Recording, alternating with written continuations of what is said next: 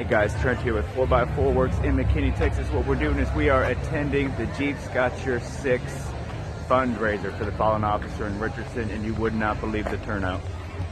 Look at all of these Jeeps. You can't even imagine. This is the turnout for the Jeeps Got Your Six fundraiser for the fallen officer from the Richardson Police Department.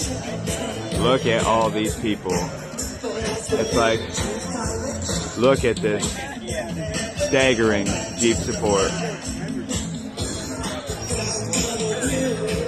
This party is so poppin', it's packing Jeeps as far down the street as the eye can see both sides.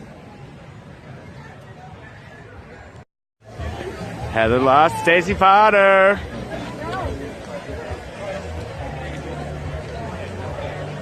Hey Craig, what's up buddy? What's up man?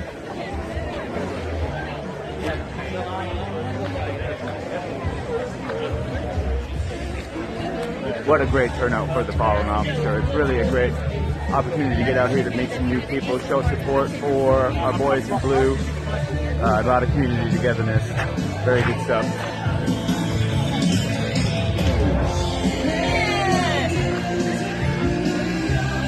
Candace, what's up, dude?